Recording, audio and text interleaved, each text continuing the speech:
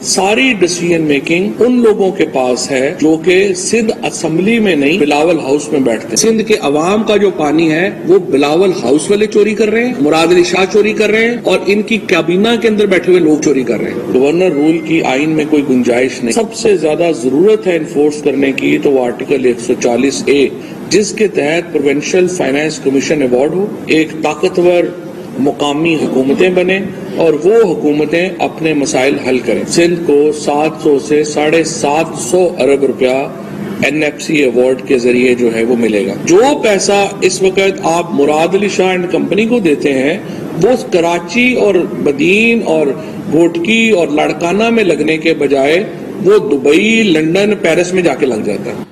اب اس کا مطلب یہ ہے کہ آپ کسی بھی حکومت کو پیسہ ہی نہ دیں, اور دوسری جانب جو لوکل باڈیز کا معاملہ ہے, خود پنجاب کے اندر سپریم کورٹ کے احکامات کے باوجود بلدیاتی ادارے ابھی تک کام نہیں کر سکے ہیں. کیا یہ کھلا تضاد نہیں ہے؟ اس کے اوپر بھی ہم ضرور بات کریں گے آج کے اس پروگرام میں, لیکن اس کا جواب CM سندھ نے بھی دیا ہے. کوئکلی وہ بھی ذرا سن لیجیے.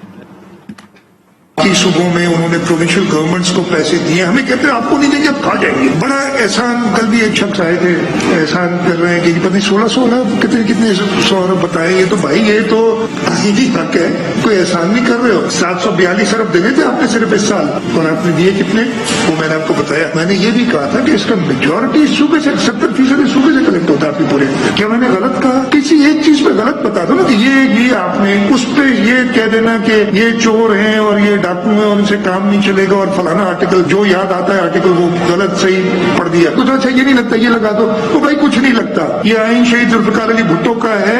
اس آئین کے اندر صوبوں کو پورا آ کے صوبوں کو تم ایسے نہیں کچل سکتے جس طریقے سے تم سوچ.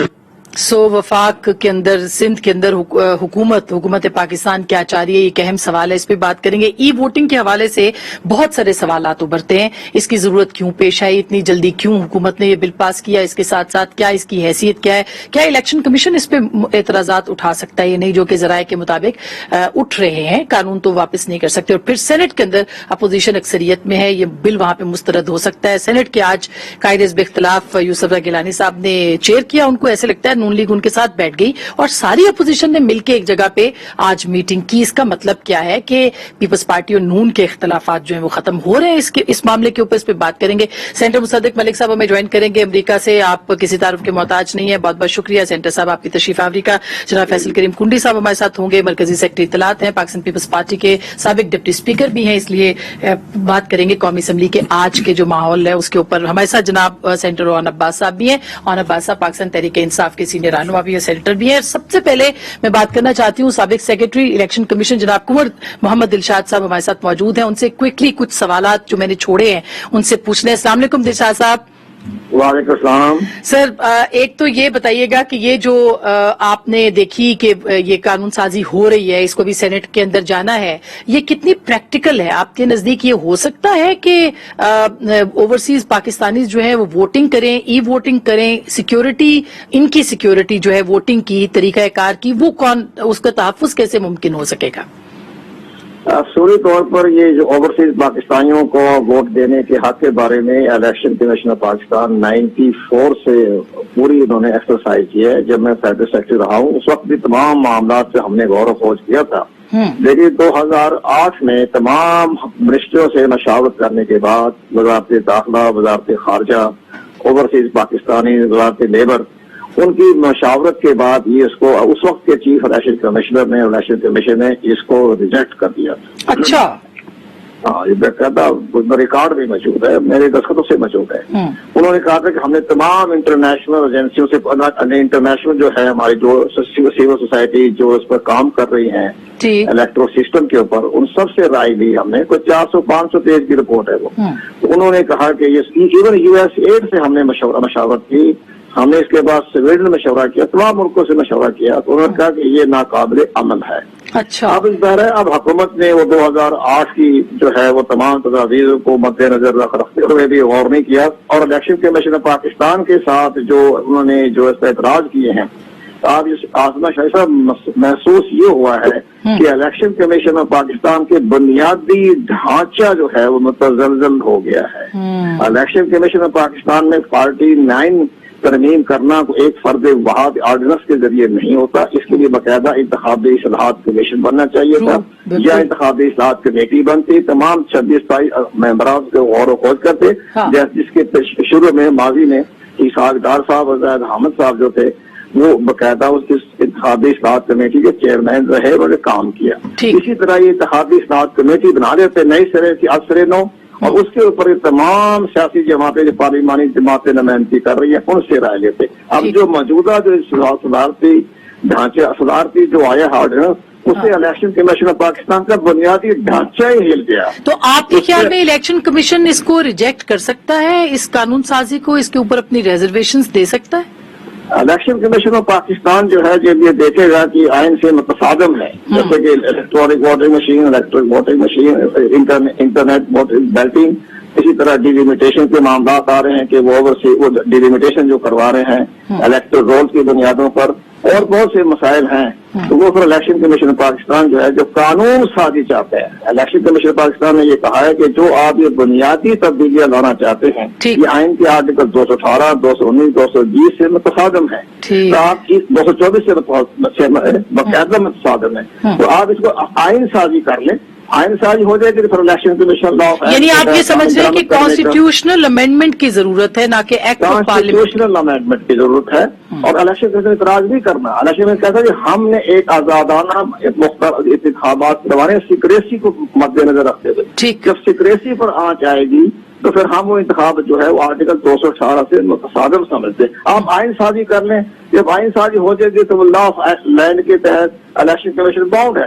ادروائز اگر انہوں نے اس کے تحت صدارتی انتخاب یا الیکشن ایکٹ کے تحت کروایا تو پھر election commission of Pakistan supreme court of Pakistan میں ریفرنس بھیجنے کا مجاز ہے کہ جناب یہ آئین سے متصادم ہے، آپ ہماری رہنمائی کریں. اس کے بارے میں آصمہ شریف میں بتاتا ہوں آپ کو کہ چیف جسٹس آف پاکستان نے کیا ریمارکس کیے تھے جب یہ سینٹ الیکشن کی بیلٹنگ کے بارے میں ہو رہا تھا. ان کا مسٹر چیف الیکشن کمشنر، آپ کے پاس آرٹیکل 218 کے اختیارات ہیں، آپ اس اختیارات کو جو ہے اس کو آنچ نہ آنے دیں، ہم آپ کے ساتھ کھڑے ہیں. تو یہ جناب اگر جو 218 پر آنچ آ رہی ہے اس کو تو پھر supreme court of Pakistan election commission of Pakistan کی پشت میں کھڑا ہے، وہ اس کے بارے میں فیصلہ کر دے گا. اس لیے ہم چاہتے ہیں کہ بہت متدم طریقے سے کہ آپ اس کا آئین سازی کر لیں. حرج کیا ہے؟ بالکل کانسٹیٹیوشنل امینڈمنٹ اس پہ آئین سازی کر لیں. آئین سازی کر لیں گے تو ختم تمام معاملات. الیکشن کمیشن پاکستان جو ہے اس کو عمل درآمد کرنے کا پابند ہے. اب آپ یہ دیکھیں کہ آپ کو الیکٹر رول کے تمام اختیارات نادرا کو دے دیے، اور 6 جو ہے 6 آپ کی جو شکیں جو ہے الیکشن ایکٹ کی وہ مسترد ختم کر دی، حذف کر دی، تو پھر الیکشن کمیشن تو پھر نادرا کے انڈر ہو گیا نا. بالکل درست بات ہے. بالکل سر، یہ بہت شکریہ قمر صاحب، آپ نے بہت تفصیل سے بہت مختصر مگر جامع انداز میں بتا دیا. مصدق ملک صاحب، آپ نے سنا کہ نادرا کے رول کو بڑھا دیا گیا ہے، الیکشن کمیشن کے رول کو کم کر دیا گیا ہے، مگر وہی سوال ہے کہ اگر اپوزیشن اب بھی چاہے تو سینٹ کے اندر اتحاد کے ساتھ اس بل کی راہ میں کھڑی ہو سکتی ہے، مگر اتحاد کہاں سے آئے گا؟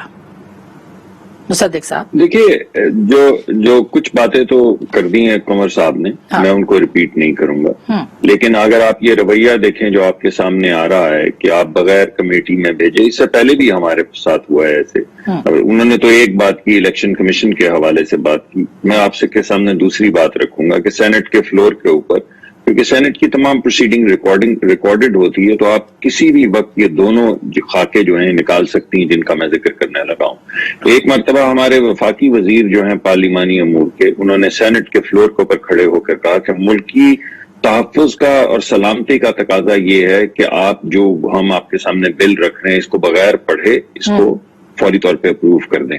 اس کے بعد ہمارے جو وزیر ہیں، وزیر مملکت ہیں پارلیمانی امور کے، انہوں نے دوبارہ کچھ دن کے بعد ایک اور بل کے اوپر آ کے کہا کہ ملکی سلامتی کا یہ تقاضا ہے کہ آپ بغیر پڑھے، یعنی جب وہ بل لے کر رہے تھے ٹیبلز کے اوپر تو ساتھ کے ساتھ انہوں نے ووٹنگ کروانی شروع کر دی اور چیئرمین صاحب نے ووٹنگ کروا لی. اب سوال یہ پیدا ہوتا ہے کہ چاہے ایک آزاد ادارے کو تقریباً ماتحت کر دیا جائے نادرا کا، یا سینیٹرز کو یہ کہا جائے کہ ملکی سلامتی کا تقاضا یہ ہے کہ آپ بل کو بغیر پڑھے منظور کر لیں، یا یہ کیا جائے کہ اگر کوئی ایسا بل آئے جو حکومت کو واقعی چاہیے تو لوگوں کو نیب کے ذریعے بلیک میل کیا جائے. تو ان نکات کو آپ جوڑیں تو آپ کو ایک رویہ خاص قسم کا نظر آتا ہے، جس کو میں سمجھتا ہوں فاسقانہ رویہ ہے، یا جو بھی آپ اس کو جو بھی نام دینا چاہیں. مگر ڈکٹیٹرز کو تو یہ زیب دیتا ہے، مارشل ایڈمنسٹریٹرز کو تو یہ زیب دیتا ہے، لیکن جو یہ کلیم کریں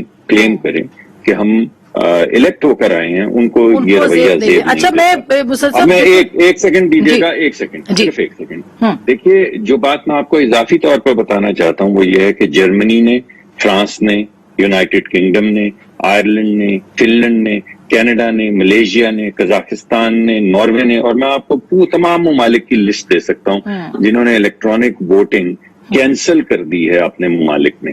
اس وجہ سے کینسل کر دی ہے کہ دو چیزیں سامنے آئیں. ایک تو انٹیگریٹی کے مسائل سامنے آئے، یعنی ووٹوں کی مس کاؤنٹنگ کے مسائل سامنے آئے، اور دوسرے قیمت کے، یعنی اس کو تمام عمل کو بروئے کار لانے کی قیمت کا ذکر آیا. اور تیسری بات یہ تھی کہ آپ ان مشینوں کو تحفظ کیسے فراہم کریں گے. سیکیورٹی کا بھی ایک بڑا مسئلہ اس کو کہا. بالکل بالکل، کیونکہ دیکھیں امریکہ کے اندر 15 منٹ لگتے ہیں. جی صرف 15 منٹ لگتے ہیں اس کا چپ تبدیل کرنے میں، جس کے ذریعے تمام ریزلٹس جو ہیں وہ تبدیل ہو جائیں گے. اچھا، اس کا سینٹر صاحب آپ نے جو نقطہ اٹھایا اس کے اوپر، فیصل کریم کنڈی صاحب، آپ کو کیا لگتا ہے کیوں پی ٹی آئی نے یہ قانون سازی کرنے کا سوچا ہے اور اتنی جلدی میں سوچا ہے؟ کیونکہ جو باتیں ابھی مصدق صاحب کر رہے ہیں یا کنور صاحب نے کی، اس کے بعد تو آپ کو پھر شکوک و شبہات میں اضافہ ہوتا ہی دکھائی دے رہا ہے. وجہ کیا ہے؟ بسم اللہ الرحمن الرحیم. دیکھیں اسما، کنور شاہ صاحب نے بڑی بریفلی اس کے اوپر بات کی، اور بڑا مطلب ہے کہ انہوں نے نچوڑ اس کا نکالا. اور حکومت دیکھیں جیسے انہوں نے بات کی، ماضی میں بھی کانسٹیٹیوشن امینڈمنٹس ہوئے ہیں. ہم اپنے دور کی بات کریں، 18th امینڈمنٹ ہوئی، 19th امینڈمنٹ ہوئی. ہم نے کانسٹیٹیوشن کمیٹی بنائی تھی، اور اس کو ہم نے ایک پروسیس کے ذریعے لوگوں کے پارٹیز کے خدشات تھے ان کو بھی دور کیا، اور اس کی ایک چیز نکال. مگر یہ مطالبہ تو رہا ہے آپ کی جماعت کا بھی رہا ہے پہلے کبھی، اور سینٹر صاحب کی جماعت کا. انہوں نے کانسٹیٹیوشن امینڈمنٹ کرنے کے لیے انہوں نے کوئی کمیٹی تجویز کی. دیکھیے ہمارے دور میں پریزیڈنٹ نے اپنے اسپیکر کو اور اس کو چیئرمین سینٹ کو لیٹر لکھا کہ آپ یہ کمیٹی کانسٹیٹیوٹ کریں. میں آپ کو سفارش کرتا ہوں یا ریکویسٹ کرتا ہوں، اور اس چیز کو یہ آپ کریں، اور میرے اختیارات بھی آپ اگر وہ کر دیں. 58(2)B کے اختیارات ہیں، باقی اختیارات انہوں نے دے دیے تھے. اب یہ کہتے ہیں ادھر بات کرتے ہیں جب یہ لے آ رہے ہیں اس کے ساتھ تھوڑا آرڈیننس بھی ساتھ آ جاتا ہے. کیا آرڈیننس کے ذریعے بھائی آپ کو اپنی پارلیمنٹ پہ اعتماد کیوں نہیں ہے؟ اس لیے کہ ان کو اپوزیشن بھی تو بڑی کمزور ملی ہے، جو ڈیوائیڈڈ ہے. چلو ہم بہت کمزور ہے نا، تو پھر کانسٹیٹیوشن امینڈمنٹ کرنے میں، کانسٹیٹیوشن کمیٹی بنانے میں کیا حرج ہے؟ ان کو کیوں نہیں بناتے؟ کیوں ڈرتے ہیں اس کا اپنے لیگل طریقے سے کام کرنے میں، یا انہوں نے انلیگل سارے کام کرنے، انہوں نے یہی ایکٹ اور آرڈیننس ہی لے کے آنے یا کچھ کرنا بھی. اب ان کو کوئی پکچر پیش کر دی گئی ہوگی کہ جی اتنے جو ہیں وہ جو ہیں ہمارے جو ہے مشینیں آئیں گی اور یہ چیز ہو جائے گی. یہ چیزیں اچھے دور میں بڑا مزہ کرتی ہیں. یہ جب مشینیں آپ کے خلاف چلیں گی نا، خدا نخواستہ گھر آ گئی تو پھر خلاف چل سکتی ہیں، تو پھر جو ہے نا یہ ان کے خلاف چل سکتی ہیں. یہ بتائیے ان کے خلاف کہہ رہا ہوں نا، انہیں کے خلاف چل سکتی ہیں. پاکستان میں کیا کچھ نہیں ہوا سر. پھر بھی آپ دیکھیں نا، ابھی تک کی آپ انوائرمنٹ کو دیکھیں نا. اب مسئلہ یہ پھر یہاں پہ تو ہم تو دیکھیں، ہم تو ڈیبیٹ کر رہے ہیں، یہ پھر ادھر گلاس اور جگ توڑیں گے جب یہ چیزیں ہوں گی. دیکھیں لیکن یہ چیزیں نہیں، ہم یہ کہتے ہیں ہمارا ٹرسٹ ڈیفیسٹ ہے. ہم نے ایک ماضی میں بھی کوشش کی کہ ہم الیکشن کمیشن کو مضبوط کریں. انفارچونیٹلی الیکشن کمیشن مضبوط نہیں ہوا اس طریقے سے جو ہم کر رہے ہیں. آپ مجھے بتائیں گے کہ میں نے اور ایم پی کے اوپر کتنا وہ ہے کہ اگر الیکشن کمیشن نے حال ہی میں جو فیصلے کیے ہیں کچھ وہ تو بڑے امپورٹنٹ ہے، اس کے اوپر بھی کل میٹنگ ہو رہی ہے. کوشچن مارک ہیں، دیکھیں ان کے پاس اتنے اختیارات نہیں ہیں. آپ مجھے بتائیں گے کہ میں نے اور ایم پی کے لیے کتنا ٹارگیٹ ہے خرچ کرنے کے لیے، اور اب مجھے بتائیں کون سے میں نے ایم پی اس ملک میں ہے جو اتنے پیسے خرچ کرتا ہوں. ان کے بھی دیکھیں الیکشن کمیشن میں بھی جو بیٹھے ہیں ان کے بھی رشتہ دار الیکشن لڑتے ہیں، ان کو نہیں پتا کہ کیا ہو رہا ہے بازار میں. آپ کو پتا ہے، ٹی وی پتا ہے، آپ کو سوشل میڈیا پہ سب کچھ پتا ہے ان کو، لیکن مطلب بہت سی اور چیزیں بھی الیکشن کمیشن بیچاروں کے ساتھ اختیارات ہوتے ہیں جو کہ ان کے پاس ہونے چاہیے. جو کنڈی صاحب کہہ رہے ہیں نا، اب دیکھیں وہ کہتے ہیں ان کو کانسٹیٹیوشنل کمیٹی، یہ تو وہ باتیں کرے جو کتابوں میں ہیں. آپ کتابوں کی باتوں سے ہٹ کے چل رہے ہیں اس وقت. کتاب کی بات کروں گا ہاں کریں. تو آپ کیوں، کیا اتنی جلدی کاہے کی تھی کہ آپ نے کیا، اور جانتے ہوئے کہ سینٹ کے اندر آپ کی اکثریت نہیں ہے اس بل کو پاس کرنے کے؟ بسم اللہ الرحمن الرحیم. پہلے تو میں یہ کلیئر کر دوں کہ یہ ہماری ہماری گورنمنٹ نے انیشیٹو نہیں لیا. یہ ہم سے پہلے نون لیگ کی گورنمنٹ میں سٹارٹ ہو چکا تھا, اور جو پریزیڈنٹ صاحب ہیں ڈاکٹر عارف الوی صاحب, یہ بھی 2016-17 میں فلپینس بھی گئے تھے, باقاعدہ کمیٹی گئی تھی جنہوں نے جا کے یہ ڈائریکٹلی الیکٹرانک ریکارڈڈ ان کو ووٹنگ مشینز کہا جاتا ہے, ان کو اسٹڈی کر کے آئے تھے, ڈی آر مشینز ان کو اسٹڈی کر کے آئے تھے. اب آپ کو پتا ہے کہ جب ہم نے الیکشن لڑا تھا, یہ ہمارے مینیفیسٹو کا حصہ تھا, ہم نے پاکستان کی عوام سے وعدہ کیا تھا کہ اگر ہم حکومت میں آ گئے تو ایک تو ہم الیکشن کے نظام کو تھوڑا سا ٹرانسپیرنٹ کریں گے, اور دوسرا اوورسیز پاکستانی کو اس کا رائٹ دیں گے. دو, تیسرا یہ کہ 31 اکتوبر 2020 کو, جیسے میرے دونوں سینئر کولیگز نے کہا کہ ہم نے شاید بہت زیادہ رش کیا, 31 اکتوبر 2020 کو اسمبلی میں پہلے الیکشن امینڈمنٹ بل پیش ہوا تھا, اور اس وقت اسپیکر صاحب نے اس کو ریفر کر دیا تھا پارلیمنٹری افیئرز کی اسٹینڈنگ کمیٹی کو.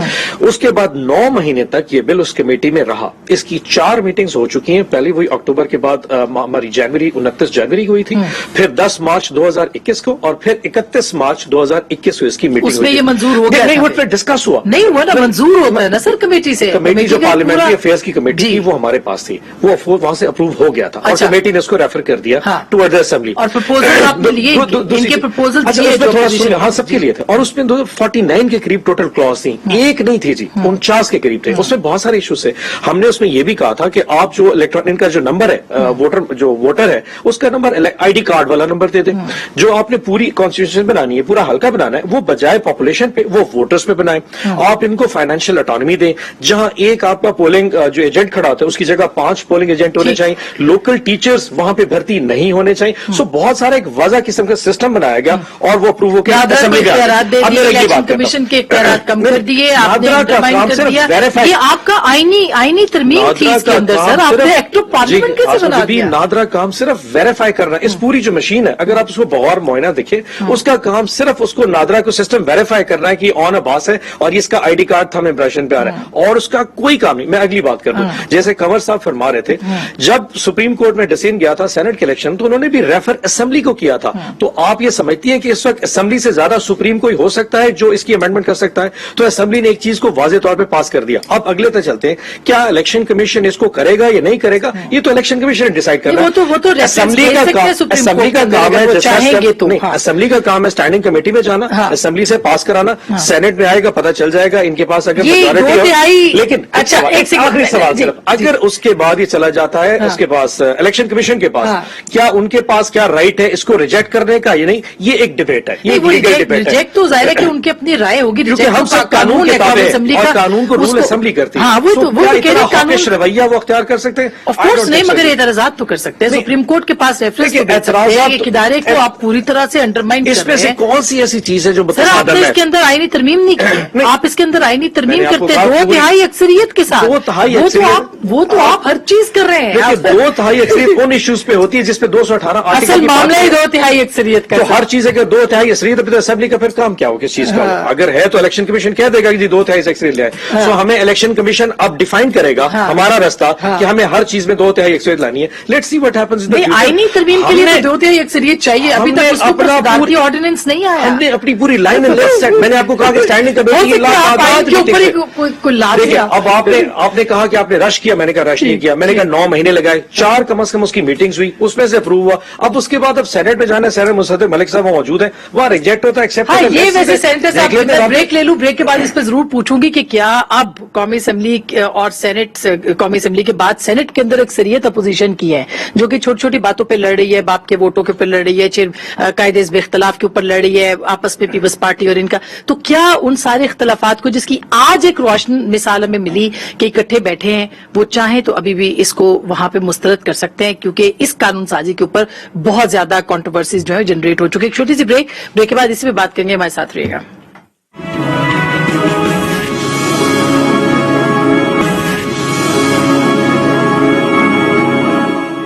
ویلکم بیک ناظرین, ایک دفعہ پھر آپ کو خوش آمدید کہتے ہیں. مصدق صاحب, ہم بریک سے پہلے بات کر رہے تھے کہ اپوزیشن اگر متحد ہوتی تو بہت کچھ ہو سکتا تھا. آج آپ نہیں ہیں, پتہ نہیں آپ کے نہ ہونے کا ہی فائدہ اٹھایا ہے کہ اپوزیشن اکٹھی ہو گئی سینٹ کے اندر اور بیٹھ کے انہوں نے بات کی ہے. ناممکن نہیں ہے, تو کیا اپوزیشن کو اپنے ہی کیمپس کے اوپر یقین نہیں ہے جو وہ اکٹھے نہیں ہوتے ہیں اور موو نہیں کرتے ہیں؟ قاسم سوری صاحب کے خلاف تو آ گئی ہے تحریک عدم اعتماد. جی دیکھیں, جو کنسرنز بھی اٹھے تھے ان کی بنیاد یہی تھی جو ابھی آپ نے پیش کی ہے. میں نے کئی پروگرامز میں آ کے کہا کہ اگر اپوزیشن کا ایجنڈا بھی باپ پارٹی کنٹرول کرے، اگر ان کے ووٹ ہمارے ساتھ ہیں، ہماری جو عددی جو طاقت ہے وہ تقریباً 57 کے قریب ہے، جس کا مطلب ہے کسی بھی وقت ووٹ آف نو کانفیڈنس ہو سکتا ہے۔ اگر حقیقت میں ہم 57 ہوں تو ایک دن کی پروسیڈنگ کے اندر چیئرمین سینٹ جو ہیں وہ ریموو کیے جا سکتے ہیں، مگر آپ دیکھ رہی ہیں کہ وہ vote of no confidence move نہیں ہوتا۔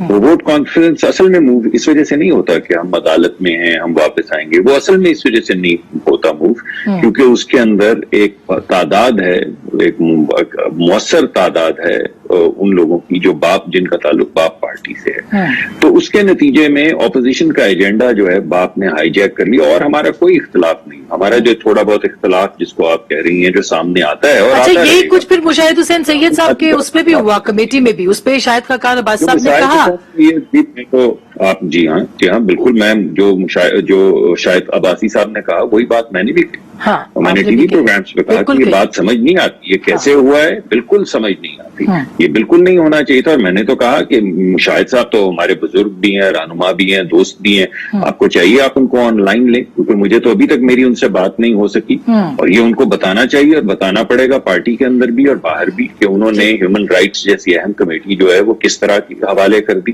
کوئی سمجھ نہیں آ رہی۔ مگر اس طرح کی جب کھچڑیاں بن رہی ہوں تو اس کے اندر پھر یہ جو آپ کے اوپر جو مقدمہ ہوا ہے جس کی میں بھرپور مذمت کرتا ہوں، یا دیگر جو ہمارے مختلف جرنلسٹ ہیں جن کے اوپر زور جبر کیا جا رہا ہے، وہ ان حالات کے اندر وہ سپیس پیدا ہو جاتی ہے جس میں یہ زور اور جبر کیا جا سکے۔ تو چاہے وہ آپ جرنلسٹ کے آزادی قلم کی آزادی خیال کے حوالے سے دیکھیں، چاہے وہ آرڈیننسز کے حوالے سے دیکھیں، چاہے وہ الیکٹرانک مشینوں کے حوالے سے دیکھیں، یعنی ایک دن میں 20 بل بغیر کمیٹیز میں بھیجے اگر آپ اپروو کروائیں گے تو آپ پارلیمان کا مذاق بنا رہے ہیں۔ اسی طرح آپ جب سینٹ میں آئے گی، اگر آپ نے دوبارہ سے پرانی روش کے تحت جس طرح پہلے کسی کو ویڈیو دکھا کر کسی پہ نیب کا کیس کر کے، وہ ہوتا ہے کہ آخری دن میں کسی کی گاڑی پنکچر ہو جاتی ہے، دباؤ ڈال کے تو آپ کر دیں گے، نکلتا کچھ ہے جی، تو اس وجہ سے دیکھیں اس کا نقصان ملک کے آئین کو ہو رہا ہے، اور اس نقصان کی ضد کے اندر پورا ملک آئے گا۔ اچھا لیکن کنڈی صاحب بالکل جو مصدق صاحب بات کر رہے ہیں نا کہ دھونس تو ہے ہی ہے، اپنی جگہ پہ موجود ہے، دھاندلی بھی ہے، اور اس میں ظاہر ہے کہ اپوزیشن کے لوگ بھی شریک ہوتے ہیں۔ یہ آپ نے کیا اب آج جو اجلاس ہوا ہے، آپ کو لگتا ہے سنا ہے کہ شہباز صاحب کا اور بلاول صاحب کا رابطہ بھی ہوا ہے، آپ بہتر پوزیشن میں بتا سکتے ہیں، کوئی امکان موجود ہے کہ آپ لوگ اپنے اختلافات ختم کر کے کم از کم سینٹ میں متحد ہو جائیں؟ دیکھیں آسما، پہلی بات تو ہے کہ پالیٹکس میں نہ کوئی آپ کا پرماننٹ کوئی الائی ہوتا ہے، نہ پرماننٹ کوئی آپ کی اپوزیشن میں ہوتے ہیں، مختلف ہوتے ہیں۔ ماضی میں پی ایم ایل این کا اور پیپلز پارٹی کا ایک بہت طویل تاریخ رہی ہے اپوزیشن کی، ہم پھر چارٹر آف ڈیموکریسی بھی ہوا، پھر پی ڈی ایم بھی بنا، ہم اکٹھے بھی ہوئے، دنیا یہ ہوتی رہتی ہے چیزیں۔ آپ نے جو بات کی کہ جی شاید آج بات ہوئی ہے، پچھلے دن ملاقات ہوئی تھی شہباز شریف صاحب کے ساتھ چیئرمین بلاول کی، اور پارلیمنٹ کے اندر جو ایشوز ہیں اس کے اوپر ڈسکشن ہوئی تھی۔ آج آپ نے کہا گیلانی صاحب نے چیئر کیا، تو یہ دیکھیں کچھ چیزیں کچھ ایشوز پہ ہمارے ساتھ شاید پی ایم ایل این ہمارے ساتھ ہو، کچھ ایشوز پہ نہ ہو، کچھ اور پارٹیز بھی اپوزیشن کی شاید ہم کسی ایشو پہ ہم ان کے ساتھ ایگری نہ کریں، یہ چیزیں پارلیمنٹ کے اندر یہ چیزیں ہوتی ہیں۔ اب آپ ریسنٹلی اگر آپ دیکھیں عدم اعتماد کی تحریک جس طریقے سے قاسم سوری صاحب کے خلاف، دیکھیں پہلی بات تو یہ ہے کہ میں یہ بات کرنا چاہوں گا، دیکھیں اب اون صاحب بیٹھے، یہ آپ مجھے بتائیں کہ پاکستان کی تاریخ میں ہم ڈکٹیٹروں کی بات تو کرتے ہیں، سیاہ دنوں کی بات تو کرتے ہیں، اس دن جو 20 بل پاس کیے گئے اور ایک میرے خیال میں کوئی اور چیز تھی، 20-21 بل تھے۔ دیکھیں میں ڈپٹی اسپیکر رہا ہوں 5 سال، اب پارلیمنٹ میں آپ نے بھی کور کیا ہے، مصدق ملک صاحب بھی سینئر ہیں، میرے بھائی بھی پالیٹکس میں ہیں، انہوں نے بھی وہ دیکھا ہے، جب کورم پوائنٹ آؤٹ ہو جائے، چاہے وزیر اعظم بھی اسپیچ کر رہا ہو، آپ کو اسپیکر کا کام ہے کہ چیئر کا کام ہے کہ آپ اس کو اکاؤنٹ کریں گے۔ ایون چودھری امیر حسین بھی کرتے تھے جو مشرف صاحب کے زمانے مطلب ہے کہ آپ 20-21 بلڈوز کر کے، مطلب پاکستان کی تاریخ میں، پارلیمانی تاریخ میں کیا لکھا جائے گا کہ یہ سیاستدانوں نے یہ کیا کام کیا ہے۔ اور آج آپ نے شہباز شریف صاحب کو تقریر نہیں کرنے دی۔ اچھا اب آپ جو ہے وہ اس کے بعد اب آپ ناظرین، اب آپ کہیں کہ جی ہیومن ایرر، آج سپریم کورٹ میں 60 سے اوپر کیسز پڑے ہوئے ہیں، اس میں ایک ہیومن ایرر کا پڑا ہے جس میں 60,000 ہیومن ایرر کے ووٹ پڑے ہوئے ہیں، آپ کو نہیں پتا اس کیس کا؟